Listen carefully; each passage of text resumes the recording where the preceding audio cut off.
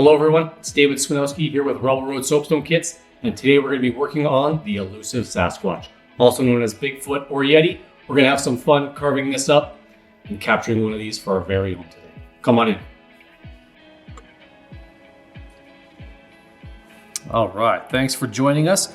Here we have the elusive Bigfoot in the small size, or Sasquatch, and we have a nice piece of soapstone here, soft enough that we can actually scratch that with our thumbnail. But we're going to actually use 3 pieces of sandpaper to do our primary shaping with this rock here today. We're going to start off with a very coarse 60 grit and finish up with a 600 grit. You'll notice that I have some water here as well. I'm going to use this to help trap all the dust that I'm going to be creating. That way it makes it a little bit neater and easier to clean up when I'm finished. So I'm going to start by creating some depth on this. I have to decide which leg is going to be the forward facing leg or the front leg.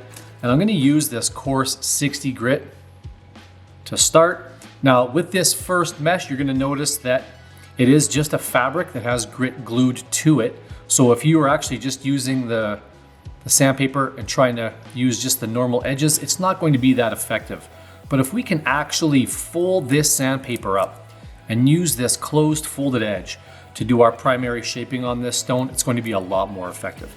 So when you're a stone carver, you're never adding any rock, you're only taking it away. And as I do just a little bit of scrubbing on this piece of stone, it's going to create a dust. That's why I like to use the water. I'm going to dip and rinse everything, keep it wet, and then that way it's actually going to make it a lot easier for me to clean up while I'm working.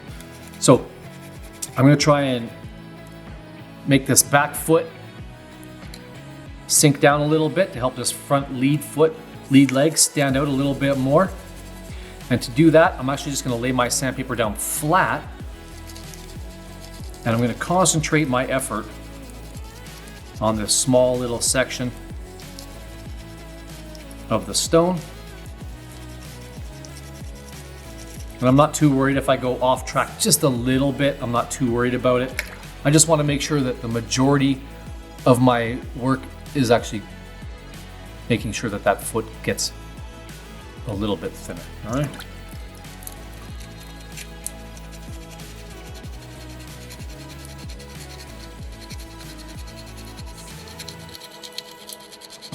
Changing my angles just to make sure I'm getting as much of it as I can. And with soapstone being a metamorphic stone, if you do a number of carvings, and if you have a bunch of different carvings in a classroom setting, you might notice that they're not all exactly the same. You know, some are a little bit softer, some might be a little bit harder. So the trade-off is, if a piece of soapstone is softer, it's going to be easier to shape. You know, if you're putting groove patterns in your stone and you wanted to make a groove pattern in there, in a softer rock, you can make that groove 5 or 10 scrubs. But a harder rock might take 10 or 20 scrubs to make that same groove pattern. The trade-off is softer rocks, yeah, easier to shape. But if you're actually looking for a very shiny polish on your rock, you actually want a harder stone. Harder stones can take a better polish, but they will require a little bit more effort in that shaping and in that carving.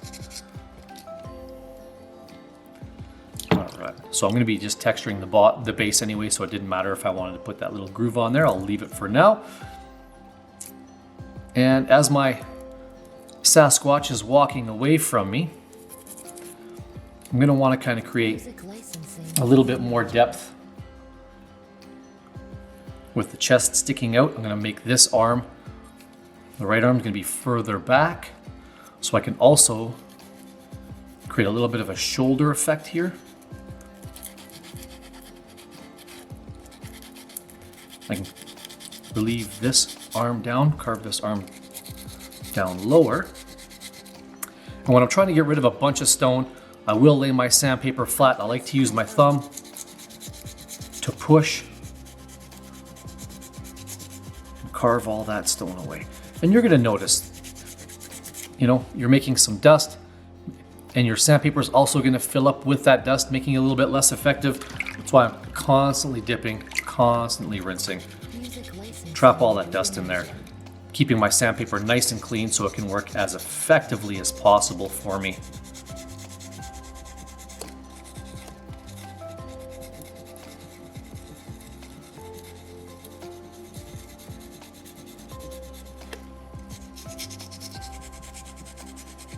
And I will say the first sandpaper is the most important one. It really does all the hard work. It's going to do all the shaping on this stone, but not only are we going to do the shaping for the rock here, we're also going to make sure that we're getting rid of any texturing from the bandsaw, because we do cut these shapes out here in Canada. So with all that little striping pattern that you see, that's a tooling mark from the bandsaw.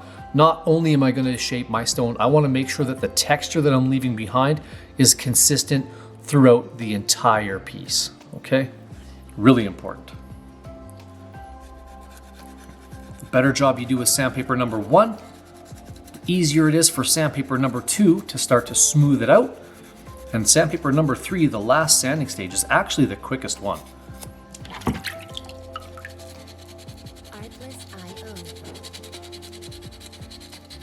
Now I don't want to make this foot or this arm too thin. If I get rid of too much stone and I create just a wafer thin piece of sandpaper or soapstone in there, it's going to be very fragile. It's just going to break off. So we want to make sure we're still leaving some substance behind. We don't want to go too thin with the limbs or the arms on here. Because soapstone is such a soft rock, we do have to leave a little bit of this structure behind just to kind of hold some of that strength, right?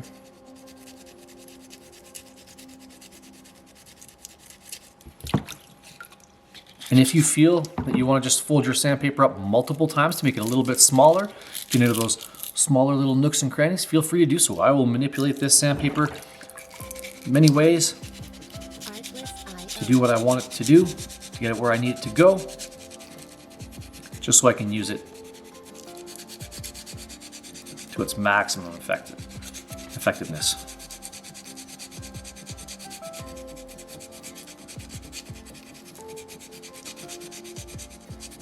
Music licensing reimagined. See, as I'm carving down that front arm, starting to stick out the chest on there, which is good. Can create a neckline on here if we wanted to as well. I do keep it pretty vague for the Sasquatch. Kind of like a little bit of a beard on this one. It kind of drips down into the chest. You can kind of bring the head in a little bit narrow just to kind of accentuate or make those shoulders stick out a little bit, but I wouldn't want to make the head too narrow. We can round that off a little bit. Music licensing reimagined. And once I kind of create that V groove for the neckline, then I can actually lay my sandpaper down and carve all the way across the top section of the stone. And this will really help make those shoulders kind of pop a little bit more on both sides.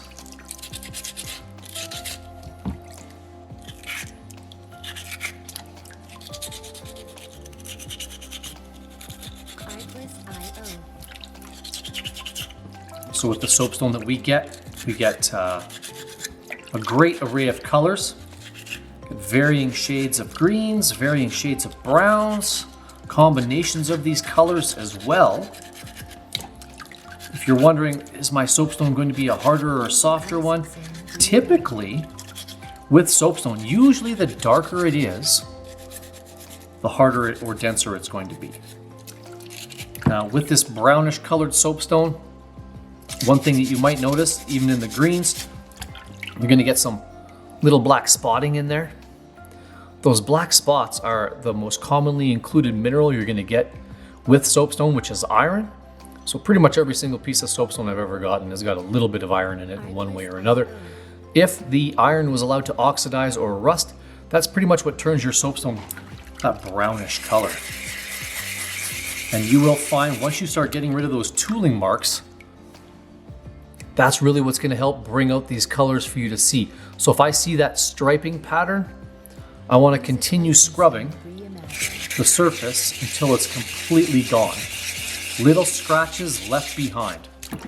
As long as the texture that's left behind on the surface of that rock is what I've done to it, then I'm happy with it, right? But you will find that just by getting rid of those tooling marks, that's really going to help the natural colors of your stone stand out a little bit better as well. So for in the armpits, you know, I'm just going to fold my sandpaper once. I'm going to tuck it into those hard to reach areas, wedge it in there, IO. and just do what I can, right? Now being careful to make sure I'm pulling my sandpaper straight through. If I flip it out, I might actually pop that arm right off if I had enough strength. And if I do end up breaking it, well, it wouldn't be the first one. Breaks will happen if you're going to be a stone carver. If I do happen to break my soapstone carving, I just stop immediately, let those pieces dry, and glue them back together with something as simple as Crazy Glue or Gorilla Glue. It works really, really well.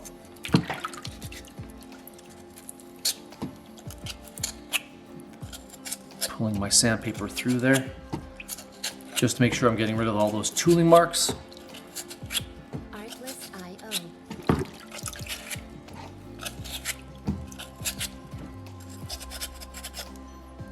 And I can also, once I've gotten rid of the tooling marks, I can also start to kind of round off the arm a little bit as well. I do want to make a bit of a groove for the waistline here as well, so I'm going to fold my sandpaper up again so it's a little bit thicker, a little bit stiffer. I can really use that to chew into the waist area, really helping this front leg pop out a little bit as well. And by bringing the waist in, that's also what's going to help make the chest of the Sasquatch stick out a little bit more as well. So it's going to be kind of twofold and helping add some dimension Artlist IO. to our sculpture here today. Trying my best not to carve on this back arm, trying to keep it forward. So I'm just making the waist a little bit narrower.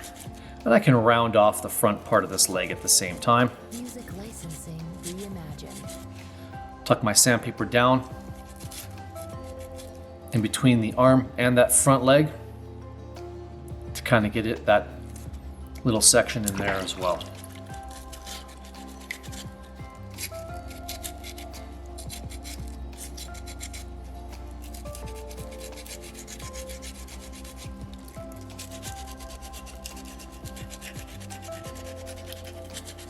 Artlist IO. So typically, the lighter the color of the soapstone, the softer it's going to be. The exception would be if you have a lighter brown or a lighter green stone and it has a bunch of those little black flecks of iron in there. Those little pieces of iron can actually harden up the lighter stones a little bit more than they typically are, just because of that mineral content in there.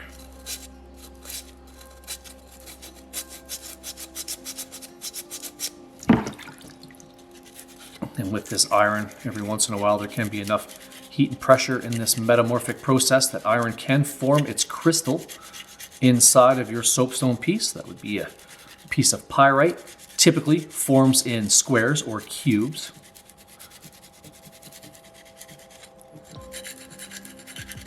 Artlist IO. It also looks like gold.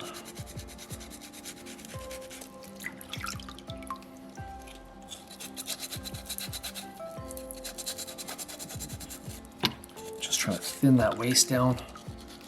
Music licensing reimagined. Bring that hip around. And I'll round off.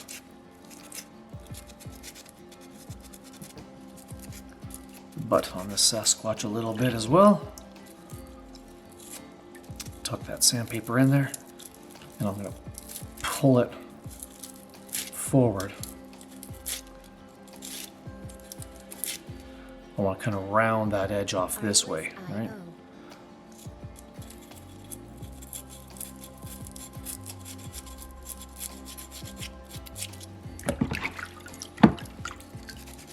Curve this foot down a little bit more.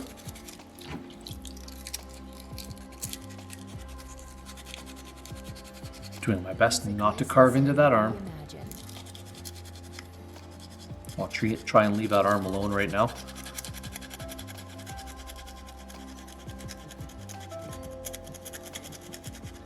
Kind of hear a little bit of the grittiness here. That's just from that iron content in the piece that I have selected today.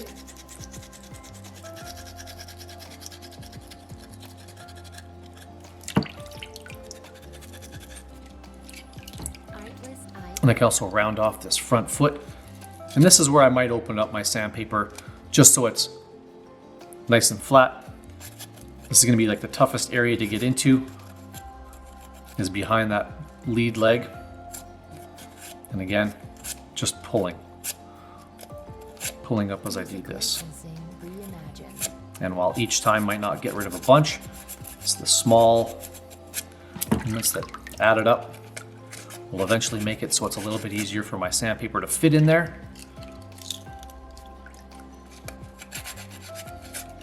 And get rid of those tooling marks in that area. And if I want to, I could also just tear a strip right off my sandpaper to make it a little bit smaller. I could use that. Tuck it into that area. Just kind of work it back and forth.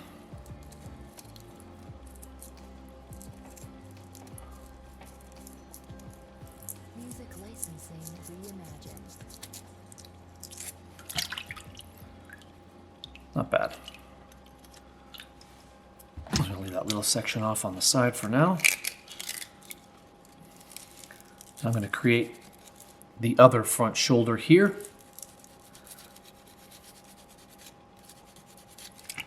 Start carving where I feel like I want that line to be.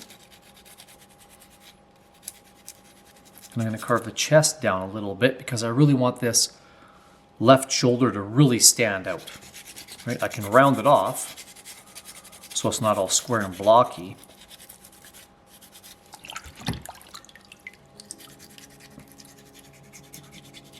Carve into the chest area and really help make that kind of pop a little bit.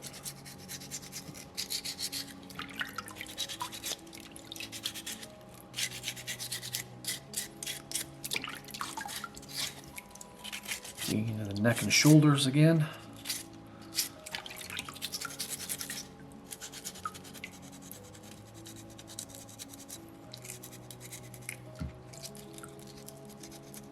Take your time, not a race. Doesn't matter what stone you're carving, it's always a process, right? It's not one thing that you're going to do.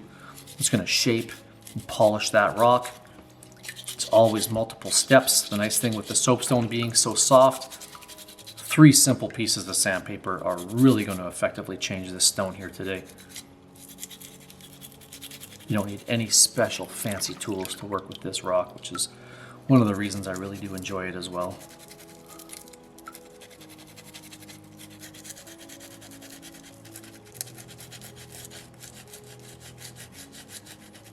Carving into that waist again, right? And a little bit on this opposite side, which really kind of help make that hip flare out a little bit as well. All right.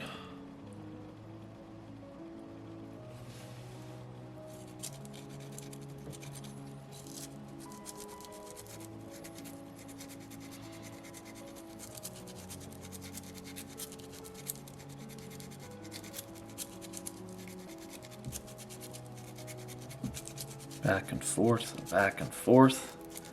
Never going to be 1 or 2 little scrubs. It's always going to take multiple scrubs to kind of get in there and carve that rock away. So now you can see how that hip is really starting to pop. That's kind of what I'm looking for right now.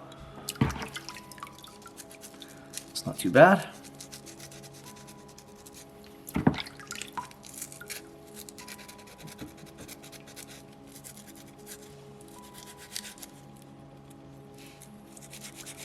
And I'll turn the stone around multiple times to make sure I can get the best optimal angle to do my carving. Rounding off a bunch of these edges right now. Just using my thumb, grinding away.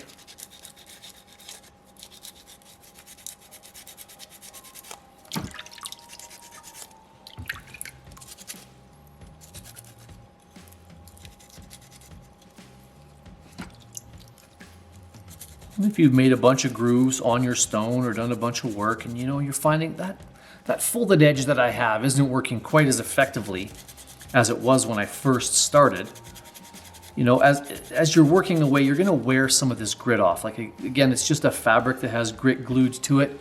If you can see that white fabric starting to stick through, if you have a harder stone, it's going to wear that grit off a little bit quicker as well. Just open the sandpaper up and refold it in a different way to bring out some fresh new grit and go right back to it.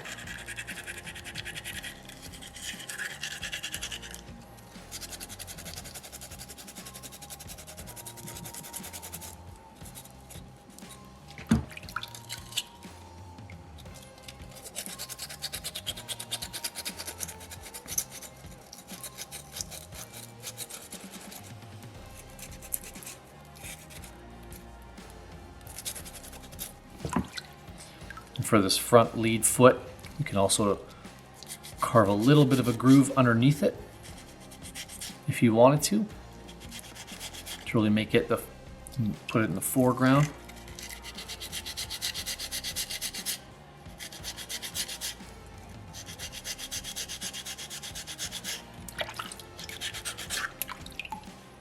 Really make that big foot stick out.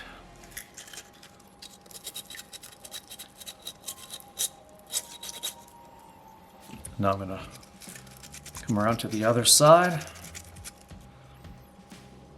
And if this is the back foot on this side, it's going to be the front foot on the opposing side. So I can create that knee curve.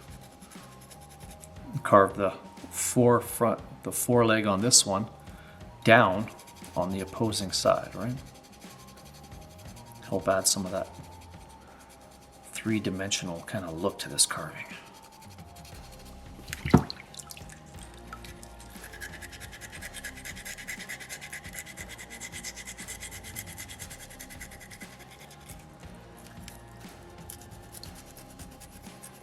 I'm not going to go too far. I kind of want to have that appearance, but I don't want to go too far with those details because I don't want to make this middle leg here, this middle section too thin. I want to make sure it's nice and sturdy.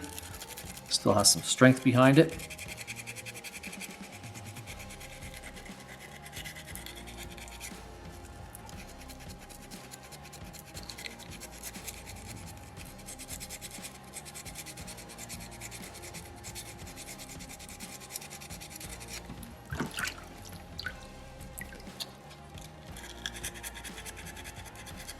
Flip my sandpaper around.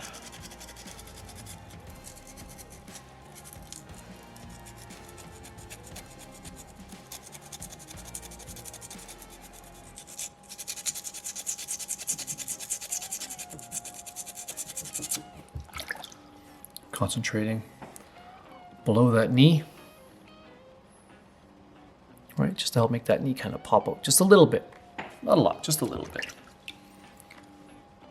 And then we can also do the same with the shoulders. So this left shoulder is in the foreground, so it would have to be carved down a bit on the opposing side.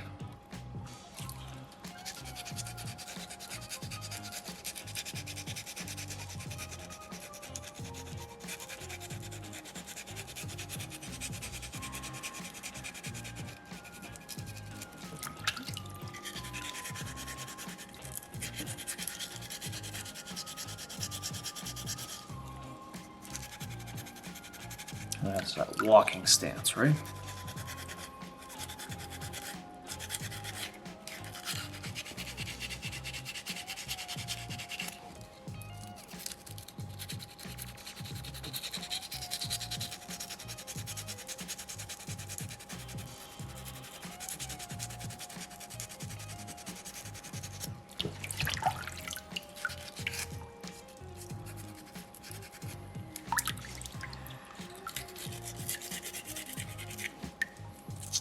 Again, I'm going to kind of open up my sandpaper so it's not as thick. Tuck it into that armpit and round off those edges in here.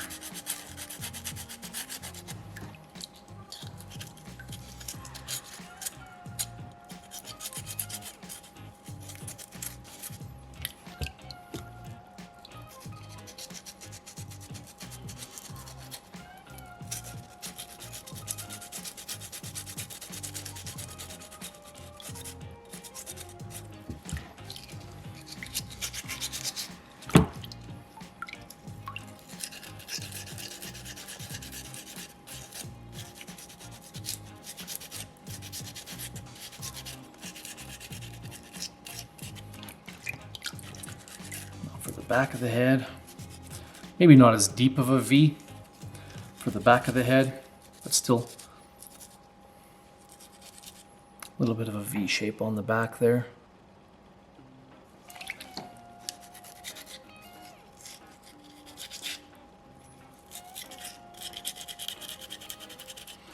Rounding off the shoulders, gonna round off the back of the head now too.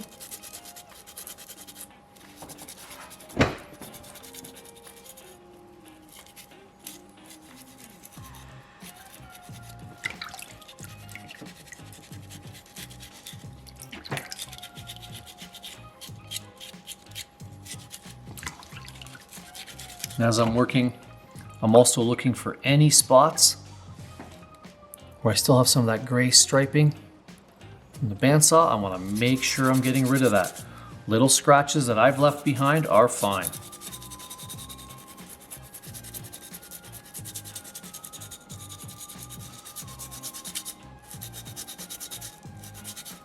I just want to make sure it's not the tooling marks that are left behind. That's going to stop the colors from coming through. I don't want to do that.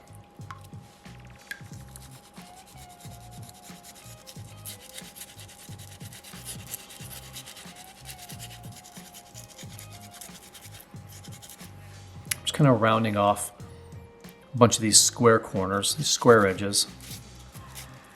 Just smoothing them off a little bit.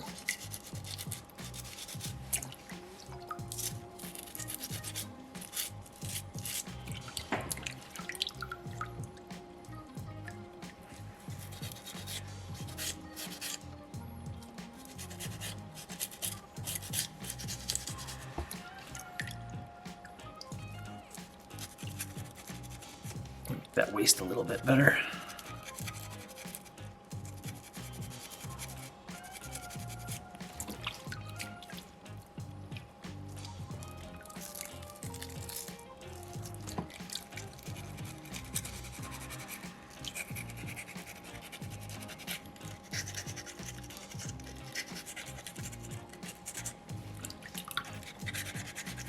By constantly rinsing it, it helps me kind of see where my lines are, so I do find I get a much better consistency in my carving when I'm using the water effectively.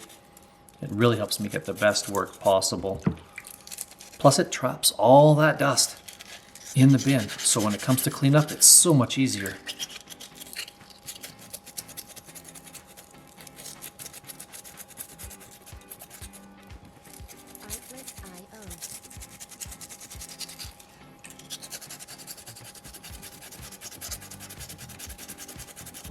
Just gonna make that shin a little bit thinner.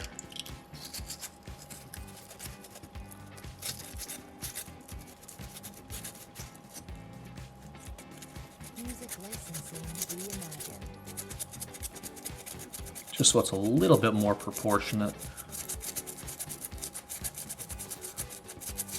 A little better, I like that.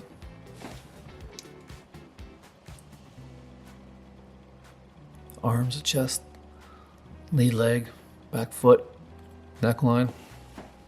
Looking pretty good. Again, I'm going to carve that waist on the opposing side here. It'll help make that shoulder pop.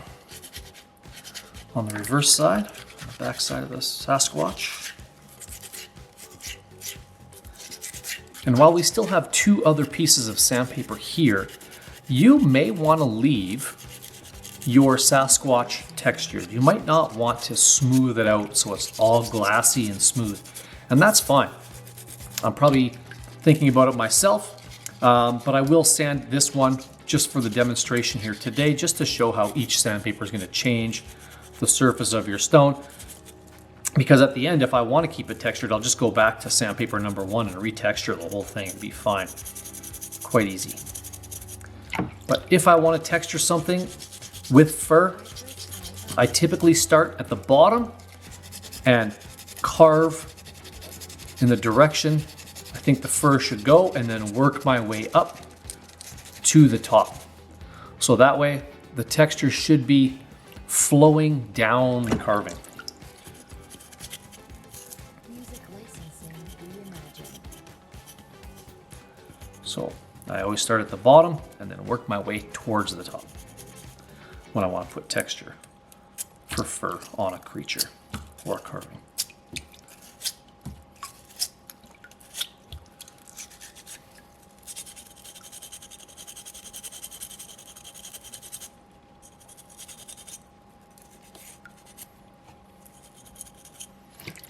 Because the smalls are a pretty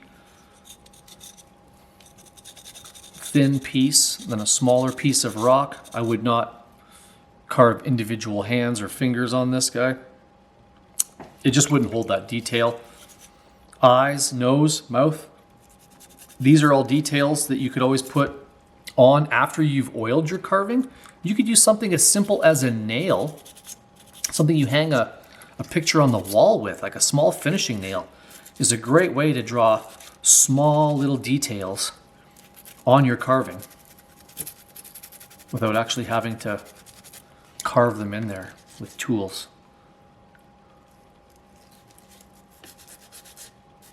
So I'd be hard pressed to put a mouth and eyes on this carving with this piece of sandpaper, but something small and pointy would work very well. But I do that after I've actually completed my carving. I wait until I'm done, and then I do small things like that.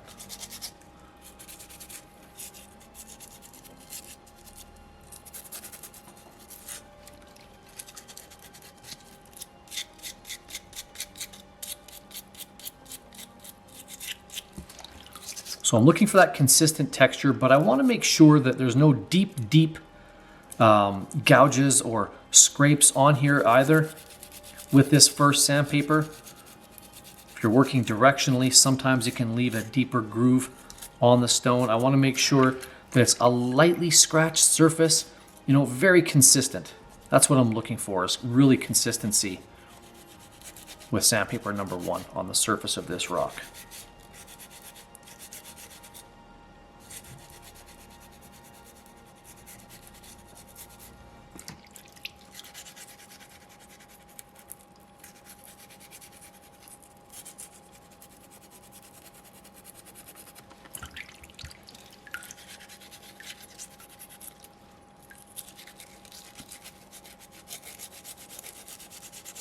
Creating the line for the back into that waist again that kind of carries into the front knee.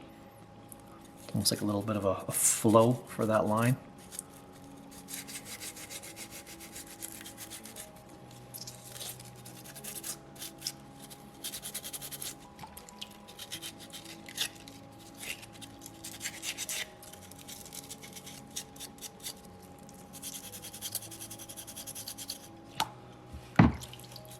Do a little bit of work on the base as well. If you want to make sure it stays nice and flat, you can always open up sandpaper number 1, put it on the bottom of the bin, stand your carving on there, and then scrub your carving in the standing position. And that should ensure that the base of your carving is still flat and still stands really well. If I do it with my hand and I'm going back and forth, I might actually round it off to the point where it doesn't stand so well. So I like to usually use the bottom of my base or my bin to help sand the base of my carving smooth.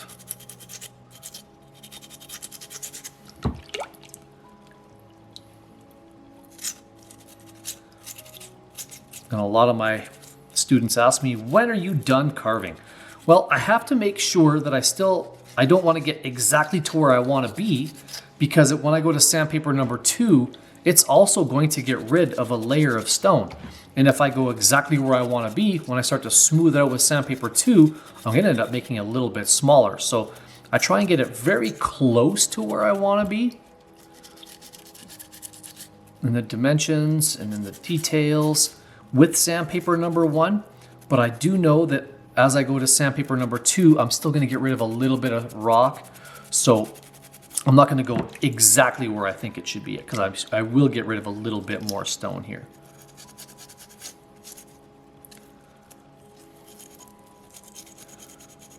Carve the back of that leg down a little bit.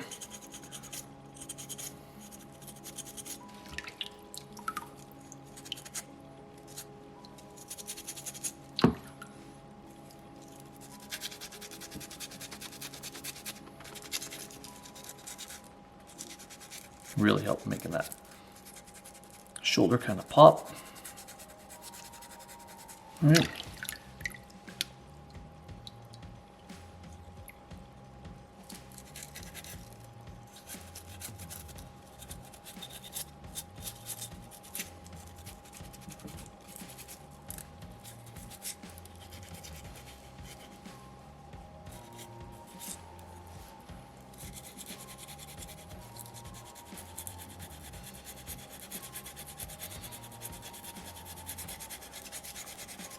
Rounding off those arms a little bit more.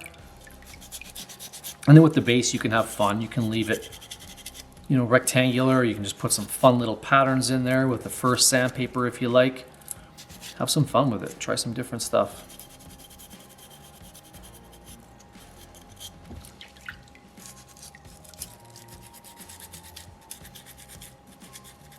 I do try and make sure that I've left at least one ginormous foot on there, though.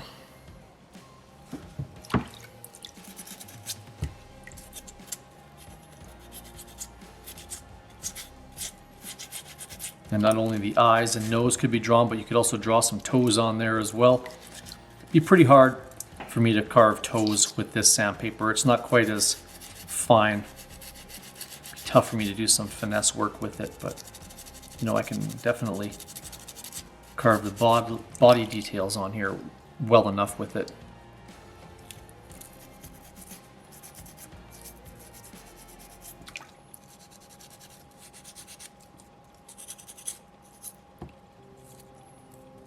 I think I'm getting really close to where I want to be with sandpaper number 1.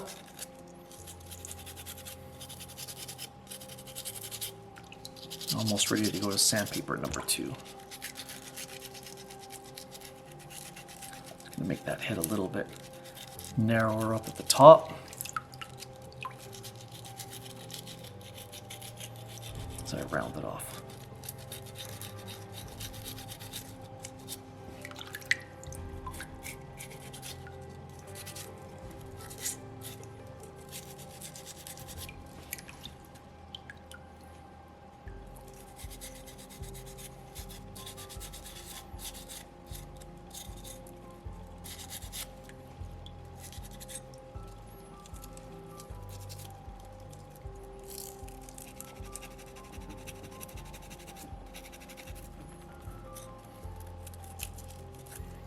Just rounding that waist all the way around.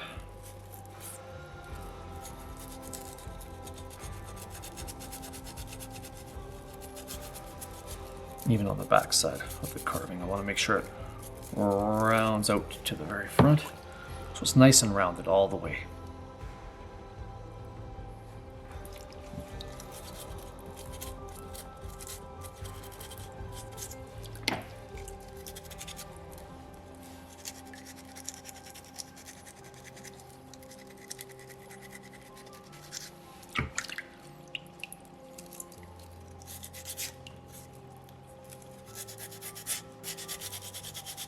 I'm just going to leave like a striated texture.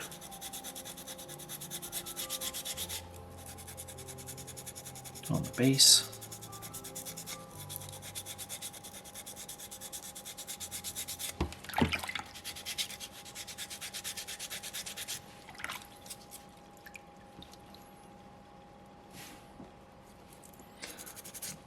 feel pretty happy with where it's at. So now I'm just kind of glancing over, making sure I don't have any super deep grooves that I don't want. Making sure I've rounded off everything I want to round off. I think I'm feeling pretty happy with that. I feel pretty good. So once I'm happy with sandpaper number 1, I'm going to switch over to sandpaper number 2. I'm going to take the first sandpaper out of my bin. I'm going to set it off to the side. Sandpaper number 2 is a little bit different. We have a blue paper on the back. It says 320 grit, even has a number 2 right on there. Great way for us to remember it's sandpaper number 2. But we are going to do our scrubbing with the black grit side. Now, I always make sure that I have the right sanding stage. Get that wet. When it comes to smoothing out my soapstone in sandpaper number 2 and 3, I want to make sure that when I'm rinsing my carving, I want to make sure I'm not scrubbing it on the bottom of my bin. Because of sandpaper number 1, you can see how much grit I actually wore off of this piece of sandpaper. You can see all the spots where I folded it, where I tore it, the fabric's coming through. As I was carving, bits of this grit are going to fall off, and when I rinse, it goes to the bottom of my bucket. But I've also got those little pieces of iron in my stone as well. So as I start to smooth it, if I am scrubbing it on the bottom of my bucket, I will be scrubbing it across those pieces of iron, across those little pieces of grit that are at the bottom of my bucket, and those will certainly be putting scratches back into my carving. If water is easily accessible where you're at, you can always swap your water out, get some fresh new water in there, but I usually just use the same water from start to finish. I just make sure that I don't let my carving touch the bottom of my bin once I go to sandpaper number 2 and 3. So now that I'm smoothing it out, I want to make sure, if I want my carving to be perfectly smooth, I want to make sure all the scratches that I don't want to see are gone before sandpaper number 3. Sandpaper number 3 is going to get rid of those little scratches that we've left behind with that first sanding stage. And as long as they weren't deep scratches, it should be pretty easy to get rid of them. You know, a good thumb technique on there. Take your time. And you should notice with sandpaper number 2, the colors of your stone are going to come out a little bit more. You're going to see that natural color in your stone better, but also the texture. It's going to start to get smoother as well. Now, sandpaper number 3, the last one. How do you know you're going to be ready for sandpaper 3? Well, sandpaper 3 does not get rid of scratches. All it's going to do is just smooth the existing surface that you have. So all the scratches that you don't want to see, they should be gone before sandpaper 3. If I go to sandpaper number 2 and I start to smooth it out, and I see either some of those gray stripes from the bandsaw or maybe a deeper scratch that I had created with the first sanding stage that's being tough to get rid of, you can always go back to sandpaper 1, scuff up those areas a little bit more to make the gray stripes disappear, or to make those deeper scratches a little bit shallower so that they're easier to erase with sandpaper number 2. And sandpaper number 2 is no different than the first one. We can fold this up multiple times. Just make sure that black grit's on the outside. Tuck it into those hard to reach areas, just so you can do the best job possible. Lots of rinsing. I do more rinsing with sandpaper number 2 and 3 than I did with sandpaper number 1 because sandpaper number 1 was quite coarse, so it didn't clog up quite as fast. But sandpaper number 2 is at least 5 times smoother, so it's going to clog up about 5 times faster. So I make sure I do a considerable amount more rinsing with sandpaper number 2 and 3 than I did with sandpaper number 1. And this is provided you want to smooth the surface of your stone. If you wanted to leave it textured, you might have been able to accomplish this carving simply with the first sanding stage today. And if you did, I hope you still had some fun. Hope you enjoyed it. Carving is supposed to be fun.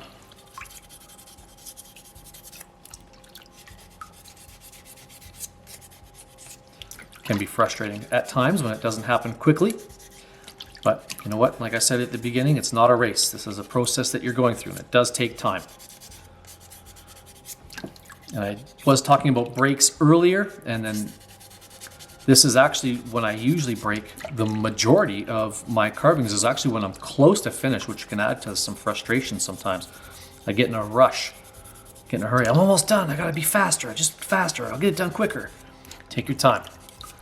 Slow it down. It will finish. You'll get it done. Just make sure you have a good grip on it, good handle on it.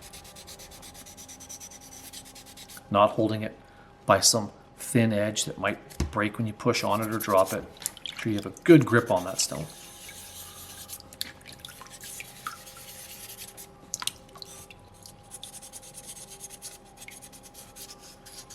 Doing my best to get into all those little nooks and crannies, those little corners as well. And I do find that sandpaper number 2 and 3, because they are a thinner paper, they do kind of fold up and form and are a little bit more malleable than this first sandpaper, so they can get into those harder to reach areas a little bit easier than that first sandpaper does. So it does get easier once you've gone on from sandpaper number 1 to sandpaper number 2. And I have had some students, well, you know what, David, maybe I'll just spend more time on sandpaper 3 and I'll just make my carving ultra smooth. I wish it worked that way. Unfortunately, it does not. Your carving is only going to get to a certain degree of smoothness, and that's primarily based on 2 main factors.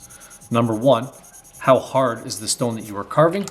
As I was saying earlier, harder stones take a better polish. So if you had a really hard rock, you should be able to get it pretty smooth, provided the second big factor, how consistent were you with that first sandpaper? How much of the tooling marks did you get rid of? How consistent a texture did you leave behind with that first sanding stage? The better job you did with sandpaper 1, the easier it is for sandpaper number 2. And then once you're actually done with sandpaper number 2, sandpaper 3 should be the quickest step. A quick once over with sandpaper number 3.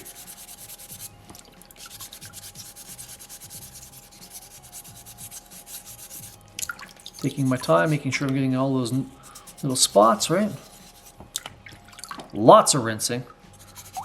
And the rinsing also helps me see. Like if I've got any little scratches left, by rinsing off the surface, I can see them there. Get my sandpaper there, use the thumb technique, which is my favorite. Boom, they're gone. Just try and be as consistent as you can with each step, and it will work out.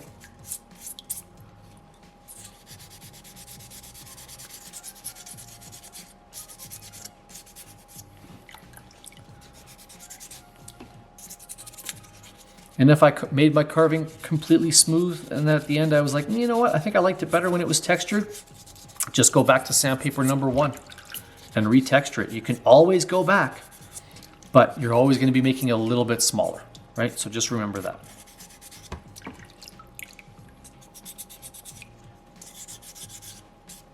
I am going to leave the base of this carving textured, but I am going to smooth out the front of that lead leg.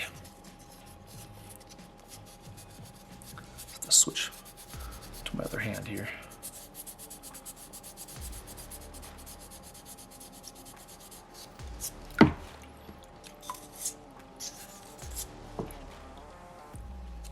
And just like sandpaper 1, open it up, refold it. Once you see blue paper kind of sticking through, you know you're wearing some of that grit off.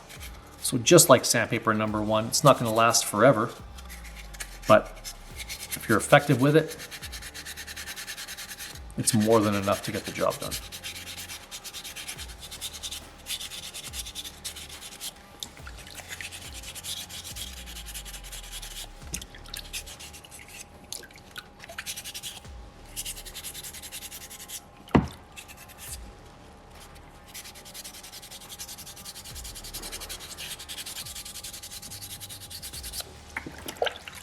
Very close.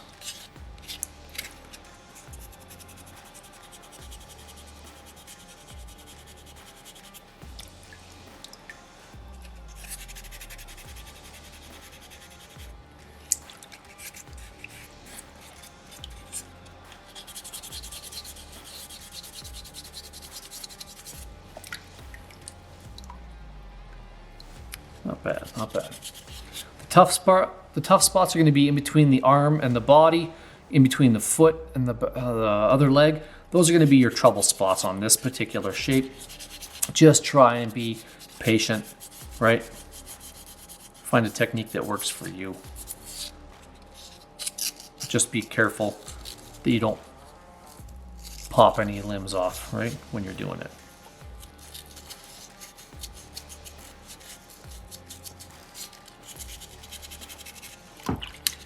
If it does happen, just stop immediately, let it dry, glue them back together, and then go back to carving. All right, I think I'm pretty happy with sandpaper number 2.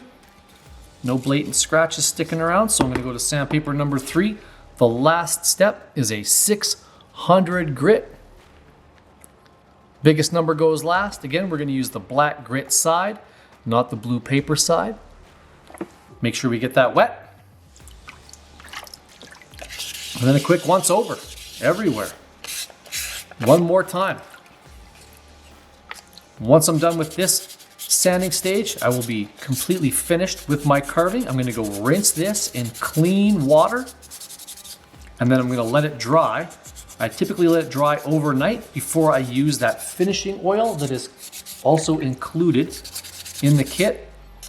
I like to let it sit for 1 day because you want to make sure that your carving is completely dry. Some of the softer soapstones, they're like a sponge. They're just going to soak that water up. Where the outside looks dry, but sometimes there's still trapped moisture in the inside of that rock. So I do like to let it sit for at least 1 day before I do my oiling.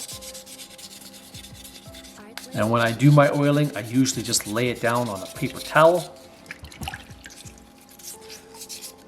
Paint one side with the oil, flip the carving over, paint the rest of the carving, give it a nice even coat, let it sit for 2 hours, and then wipe it off. Harder stones, that's going to be all you need. 1 good coat. Softer rocks, those ones that are like a sponge, they might want another coat. And there should be enough for 2 coats in that little vial for you. But you just want to make sure that the surface is clean and dry.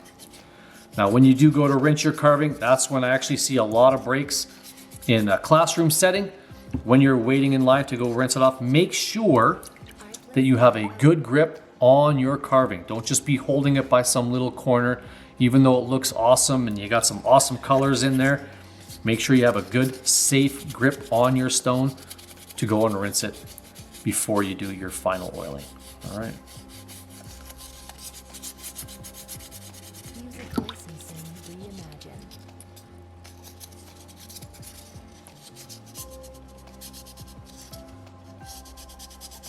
Just doing the best I can. Getting into all the spots.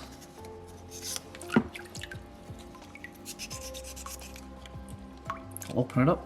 Just like sandpaper 1 and 2, refold it. Once the sandpaper number 2 and 3 get wet, I find the paper really becomes more malleable and it really does form to the stone a lot easier once it's been sitting in the water for a couple minutes.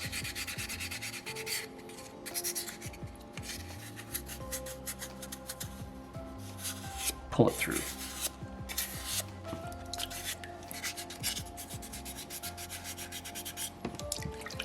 Music licensing reimagined.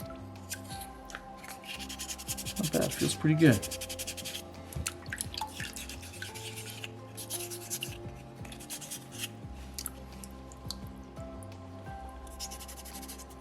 So I'm gonna go take this, rinse it off in clean water before I do my final oiling. I'm pretty happy with that. Artless Some depth on there, the neckline. See my Sasquatch walking through. I like it. I hope you do too.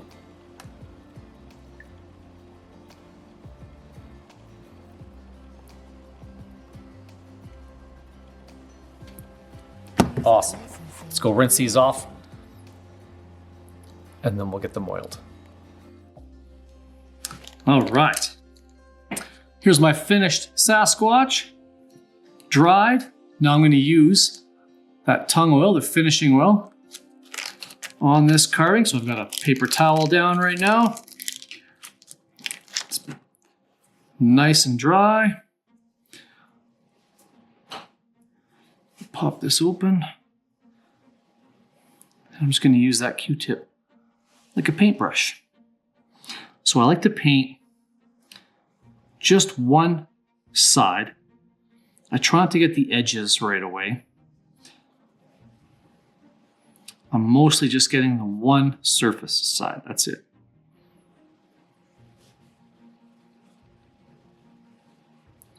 I'm just going to spread this oil around.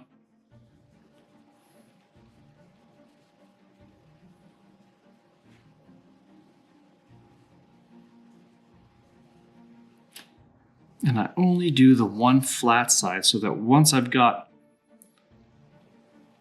one main side of it done, I can actually grab it, flip it over, and now I'm going to oil the rest of it.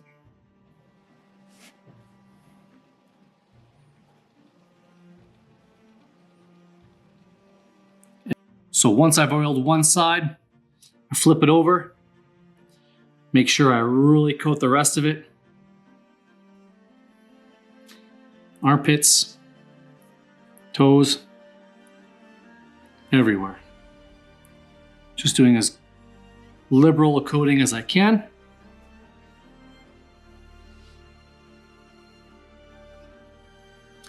Nice, light, even coat everywhere. Turn that whole thing around so you can see all the edges.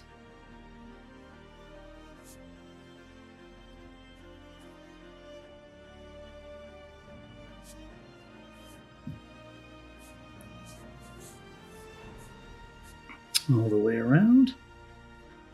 Not bad, not bad. I think I got it all. Looks pretty good. So now I'm going to let this sit for 2 hours. And I'm going to wipe off that excess oil so it doesn't pool up on there. And see how it looks. If it's shiny enough for me, I'll be happy with it. If it absorbs all of that because it's a softer piece of soapstone, I'll give it another coat with the remaining oil. And that should be enough.